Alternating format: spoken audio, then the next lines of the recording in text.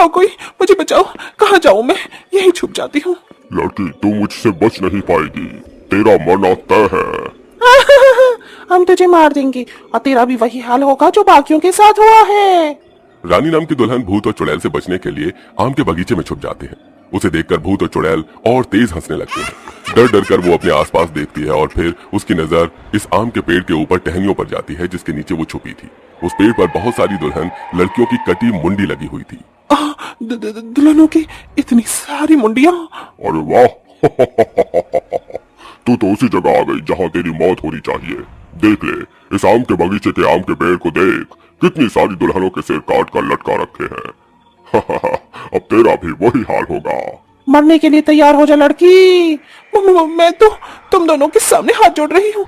भला मैंने तुम्हारा क्या बिगाड़ा है? मुझे छोड़ दो, मुझे जाने दो। आज मेरी शादी होने वाली है। हम तुझे नहीं छोड़ सकते। और तेरी शादी होने वाली थी, समझी? और अब तू मर जाएगी। इतना कहते ही वो भूत और चुड़ैल उस दुल्हन लड़की की तलवार से मुंडी काट देते हैं और उसी आम के पेड़ के ऊपर लगा देते हैं। उस आम के बड़े से पेड़ पर एक और दुल्हन लड़की की मुंडी लटक जाती है। अब देखो हमारे आम के बगीचे के पेड़ की शोभा और कितनी बढ़ गई है। अब हम बाकी दुल्हन लड़कियों को भी नहीं छोड़ेंगे। सही कहा तुमने, अभी तो हमें बहुत कुछ करना है। आखिर ये भूत और चुड़ैल कौन थे जो दुल्हन लड़कियों को मारने में बहुत दिलचस्पी रखते थे? क्या दुल्हन लड़कियों को जान लेने के पीछे कोई बहुत बड़ा मकसद था या इन भूत और चुड़ैलों की मस्खरी थी? आखिर भूत और चुड़ैल अपने ही आम के बगीचे में दुल्हनों की मुंडी काटकर क्यों सजाए हुए थे? ये जानने के लिए हमें कहानी के शुरुआती भाग में जाना होगा, जहां बूढ़े मुकेश और सरस्वती आम के बगीचे से आम इकट्ठा करते हैं। अरे सरस्वती, मैंने पके हुए आम तोड़ लिए हैं। अब तुम अच्छा सा एक शरबत बना देना ताकि रूही बिटिया पी ले, उसे बहुत पसंद है। हाँ जी, मैं बना दूंगी, आप निश्चिंत रहिए। फिलहाल ये भी आम लेकर चलिए, शाम को हमें इन्हीं बाजार में भी बेचने के लिए जाना है। हाँ हाँ हाँ, हाँ ले रहा हूँ, ये टोकरी भी मैंने भर ली है। मुकेश टोकरी में आम लिए अपनी पत्नी के साथ घर आ जाता है। फिर वो अपनी बेटी के साथ आम पन्ना पीते हैं। अरे वाह माँ, इतनी गर्मी में आपने मेरे लिए आम पन्ना बना कर दिया, उसके लिए शुक्रिया। मुझे आपके हाथ का ये बहुत पसंद है। जितना पीना है बेटा पी ले, शादी के बाद तुझे ये रोज रोज नहीं मिलने वाला। हम तेरे लिए रिश्ता देख रहे हैं, कुछ ही दिनों में तेरे हाथ पीले हो जाएंगे। हाँ रूही बेटा, मैं आप दोनों से अलग नहीं होना चाहती। मैं शादी के बाद भी आपसे मिलने आऊंगी और आपके हाथ का आम पन्ना पिया करूंगी। ठीक है बेटा। एक तरफ सरस्वती पंडित से अपनी बेटी के लिए रिश्ता ढूंढने को कहती है, वहीं दूसरी तरफ लालची मुखिया लालू उन दोनों के आम के बगीचे पर नजर गड़ाए बैठा था। तभी वो अशोक के पास जाता है। अरे अशोक, बहुत उम्मीद लेकर मैं तुम्हारे पास आया हूँ। उस मुकेश के बड़े से आम के बगीचे को तो तुमने देखा ही होगा। मैं सारे हथकंडे अपना चुका हूँ, लेकिन वो आम का बगीचा मेरे हाथ नहीं आ पाया। अब तुम्हें ही कुछ करना होगा। पर मैं क्या करूंगा? तुम्हें उसकी इकलौती बेटी से शादी करनी होगी। शादी करके तुम्हें उसके आम के बगीचे के कागजात को हड़पना होगा। और चिंता मत करो, 2 बेटी तुम्हारे लिए मैंने तैयार कर रखी हैं। ठीक है अंकल, मैं आपका ये काम जरूर करूंगा। फिर अशोक चला जाता है। उस लड़की के रिश्ते के बारे में पता चलता है तो अशोक पंडित को पैसे देकर उनके घर रिश्ता भेजता है। पंडित अशोक के बारे में मुकेश को सब अच्छा बताता है, जिससे मुकेश अपनी रूही की शादी अशोक से करने के लिए तैयार हो जाता है। 2 दिन बाद शादी करने से पहले अशोक मुकेश से कहता है, पापा जी, मैंने आपको अपने बारे में तो बता ही दिया है कि मेरी माँ के सिवा कोई नहीं है। आपकी बेटी को मेरे साथ रहने में बहुत आसानी होगी, पर आप जानते हैं मेरा काम में हाथ कितना ढीला चल रहा है। अगर आपकी बेटी सुखी रहे तो आप मुझे अपने आम का बगीचा मेरे नाम कर दीजिए, या आप कागज दे दीजिए, मैं तैयार करवा लूंगा कुछ ही दिनों में। अरे बेटा, उस आम के बगीचे से तो हमारा सब कुछ चलता है। अशोक जी, मैं आपको जानती हूँ, आप जितना दिल के अच्छे हैं उतने ही मेहनती भी हैं, तो आपको आम के बगीचे की क्या जरूरत? आप कोई दूसरा काम देख लीजिए, वरना मैं कम में भी गुजारा कर लूंगी। रूही, मैं तुम्हारे माता पिता से ज्यादा मांग लिया क्या? अब बता दो, शादी करनी है या नहीं? नहीं नहीं बेटा, ये शादी मत तोड़ना, वरना समाज में हमारी थू थू हो जाएगी। सुनिए जी, आम के बगीचे के पीछे हम अपनी बेटी का रिश्ता खराब नहीं कर सकते, दे देते हैं। ठीक है, शादी खत्म होने तक मैं कागज निकालता हूँ, पता नहीं कहाँ रखे हैं। ठीक है, आप कागज निकालिए, मैं शादी कर लेता हूँ। कुछ ही दिनों में दोनों की धूमधाम से शादी हो जाती है और मुकेश जैसे ही उसके हाथ पर आम के बगीचे के कागज रखता है, अशोक अपने गले की वरमाला तोड़कर जोर जोर से हंसने लगता है।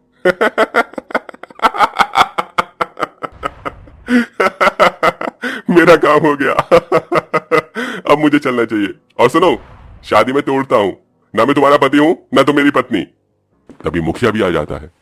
शाबाश अशोक, चलो साथ चलते हैं। आखिर तुमने मुझे वो दे ही दिया जो मैं कब से चाह रहा था। ये सब क्या हो रहा है अशोक? तुम ये कागजात लेकर मुझे छोड़कर कहाँ जा रहे हो? और तुमने ऐसा क्यों कहा? अभी तो हमारी शादी हुई है।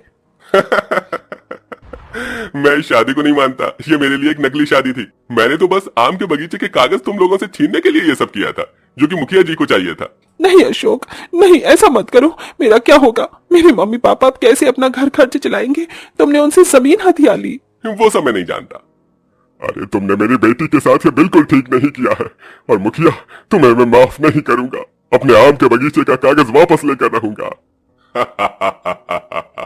अब कुछ नहीं मिलेगा। मुखिया अशोक को लिए वहां से चला जाता है। रूही बहुत रोती है। मुकेश और सरस्वती भी बहुत परेशान थे। वो अपनी बेटी को समझाते हैं। रात हो जाती है, रूही को नींद नहीं आती। शादी करने के बाद लड़कियां अपने ससुराल जाती हैं और मैं अपने माँ बाप की गुनहगार हूँ और अब उन पर और बोझ नहीं बन सकती। इसलिए मम्मी पापा, मैं आप लोगों को छोड़कर जा रही हूँ। रूही पंखे से लटक कर आत्महत्या कर लेती है और जब सुबह सरस्वती और मुकेश को अपनी बेटी की लटकती लाश दिखाई देती है तो वो बहुत टूट जाते हैं और आग बबूला होकर मुखिया के पास पहुंच जाते हैं, जहां उनका दामाद भी मौजूद था और वहां पार्टी चल रही थी। अरे वाह, अब तो मेरे पास पैसा ही पैसा है। ओह, सास ससुर जी आए हैं। ओह, आइए आइए आइए, आप भी आइए, हुक्का पी लीजिए। अरे बकवास बंद करो। तुम दोनों ने मेरी बेटी की जिंदगी बर्बाद कर दी, और मैं तुम दोनों की जिंदगी बर्बाद कर दूंगा। तुम दोनों की वजह से मेरी बेटी फांसी को चढ़ गई। अब तुम्हें भी मरना होगा। गुस्से में सरस्वती और मुकेश उन पर ईंट पत्थर मार देते हैं। मुखिया और अशोक भी गुस्से में आकर उनकी जान ले लेते हैं और उनके ही आम के बगीचे में उन्हें दफन कर देते हैं। वहीं वो बूढ़े माँ बाप मरने के बाद भूत और चुड़ैल बन जाते हैं। इन दरिंदों की वजह से हमारी बेटी दुल्हन के जोड़े में ही हमें छोड़कर चली गई। इस आम के बगीचे की वजह से सब कुछ हुआ है। अब हम गांव में किसी की भी बेटी को दुल्हन नहीं बनने देंगे। हाँ, और जो भी लड़की दुल्हन बनेगी उसकी मुंडी को अपने आम के बगीचे के पेड़ पर लटका देंगे और उन्हें भी नहीं छोड़ेंगे।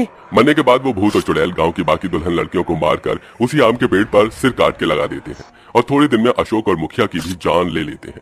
उनका ये सिलसिला खत्म नहीं होता और मुखिया की पत्नी गांव में तांत्रिक बाबा को ले आती है। तांत्रिक बाबा, अब आप ही हमारी गांव की और लड़कियों को मरने से बचा सकते हैं। मैं अपने पति को नहीं बचा पाई, लेकिन और किसी की जान भी नहीं जाने दूंगी। चिंता मत करो बेटी, मैं आंतरिक दृष्टि से भूत चुड़ैलों की कमी भी पहचान कर सकता हूँ, तो उनका हटाना मेरा बाएं हाथ का खेल है। तांत्रिक मंत्र पढ़कर भूत और चुड़ैलों की कहानी जान लेता है और फिर अपने मंत्र से उनकी बेटी को बुलाता है। तांत्रिक बाबा, क्यों बुलाया है मुझे? तुम्हें शायद पता नहीं है, पर तुम्हारे माता पिता ने तुम्हारे जाने के वियोग में इस गांव की हर दुल्हन लड़की को मारकर उसी आम के पेड़ पर लटका दिया है जो तुम्हारे माँ बाप का कभी हुआ करता था। अब उन्हें सिर्फ तुम ही रोक सकती हो। क्या मम्मी पापा ठीक है? बाबा, मैं उन्हें जरूर समझाऊंगी। दोनों भूत और चुड़ैल आम के पेड़ के नीचे ही बैठे थे, जहां दुल्हन की मुंडियां कटी लटकी थी। तभी रूही आत्मा रूप में उनके सामने आती है। मम्मी पापा, आप लोगों को मैं इस रूप में देखकर बहुत दुखी हूँ। आपने मेरे लिए कितने मासूम लोगों की जान ले ली। मेरी शादी नहीं हुई है, मेरी किस्मत थी, पर आपने इस गांव की बहुत सारी लड़कियों के साथ नाइंसाफी कर दी। आपको ऐसे भटकता हुआ देख मेरी आत्मा रो रही है। आप ऐसा मत करिए, मेरे साथ चलिए। रूही बेटी, हम तेरा बदला ले रहे थे और हमने उस अशोक और मुखिया को भी मार दिया। हाँ मेरी बच्ची। मम्मी पापा, जब आपने अपना बदला ले ही लिया है तो फिर मासूम की जान क्यों लेनी?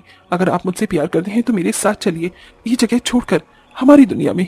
ठीक है मेरी बच्ची, अगर तू यही चाहती है तो हम चले जाते हैं। ये सब होता हुआ डर से तांत्रिक और कुछ गांव वाले देख लेते हैं। फिर रूही अपने माता पिता की आत्मा को अपने साथ ले जाती है, जिसके बाद वो भूतिया आम का बगीचा भी इन आत्माओं से मुक्त हो जाता है। वहीं अब गांव में फिर से लड़कियों की खुशी खुशी